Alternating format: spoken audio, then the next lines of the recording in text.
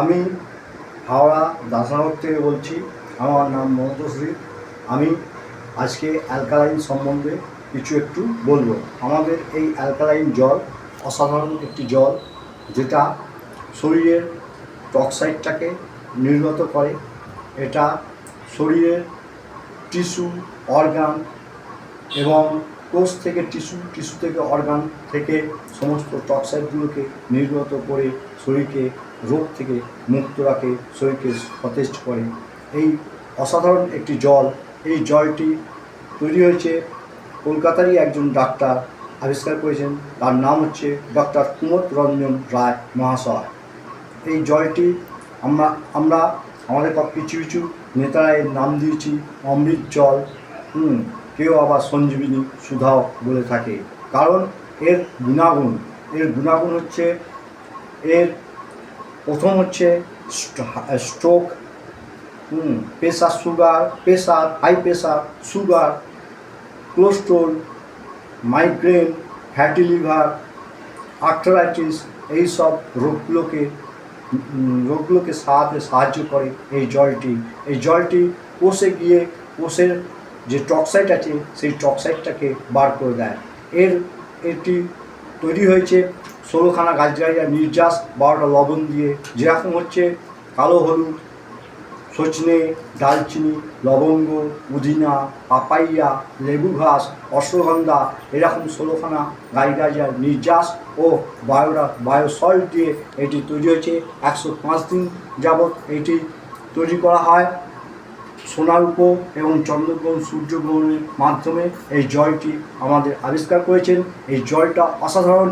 এটা হচ্ছে শরীরের মধ্যে যেসব কোষ আছে সেসব কোষগুলোকে পুরো জীবিত করে, রিপেয়ারিং করে শরীরকে তরতাজা করে তোলে। এই জলের সম্বন্ধে এই জলটা আমরা জানি জলই হচ্ছে জীবন। আমরা যে সকল জল খাই সে সকল জল দেখতে সাদা, কিন্তু সে সকল জলে কিছু থাকে না। কারণ হচ্ছে কি, আমাদের যেরকম 5টা ইন্দ্রিয় আছে সেরকম জলেরও 5টা তন্ত্র আছে।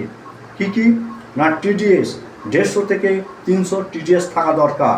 পিএইচ ভ্যালু একটা স্কেল আছে, যে স্কেলটার মাপ হচ্ছে 1 থেকে 14। 1 থেকে 6 হচ্ছে অ্যাসিডিক।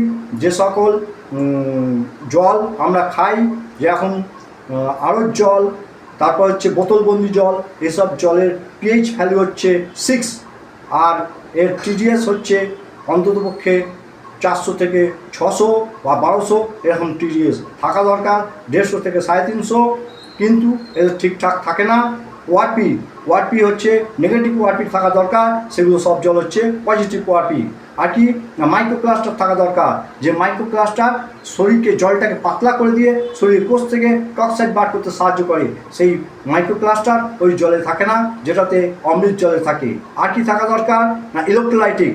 এমনি যে আমরা জানি যে জল হচ্ছে তড়িৎ প্রবাহী, কিন্তু সব জল তড়িৎ প্রবাহী নয়, কারণ এই জলটাই একমাত্র তড়িৎ প্রবাহী, সেটা প্রমাণ করে দেখা গেছে। এই জলকে আমরা জীবন কেন বলি, এই কারণেই আমরা এই জলটাকে জীবনের একটা অঙ্গ হিসেবে প্রয়োজন মতন মেটাতে পারি। শরীরের টক্সাইডটাকে বার করতে পারলে সব রোগই দূষিত হয়। কারণ শরীরের দরকার 80% ক্ষার আর 15% অ্যাসিড, কিন্তু এখন অ্যাসিডের মাত্রা বেড়ে গেছে। ক্ষার, কেননা বায়ু দূষণ, খাদ্য দূষণ, জল দূষণ, সবই দূষণ। তারপরে আমরা যেসব ওষুধ খাচ্ছি সেসব ওষুধ হচ্ছে অ্যালোপ্যাথি, যে ওষুধগুলো খাচ্ছি সেগুলোতে ড্রাগের মাধ্যমে আমাদের শরীরে কোষগুলোকে নষ্ট করে দেয়, টিস্যুগুলোকে নষ্ট করে দেয়। কিন্তু এই জল সেই কোষ এবং টিস্যুগুলোকে বাঁচাতে সাহায্য করে, রিপেয়ারিং করতে সাহায্য করে। সেই জন্য এই অমৃত জল আমাদের সবার প্রয়োজন। আচ্ছা।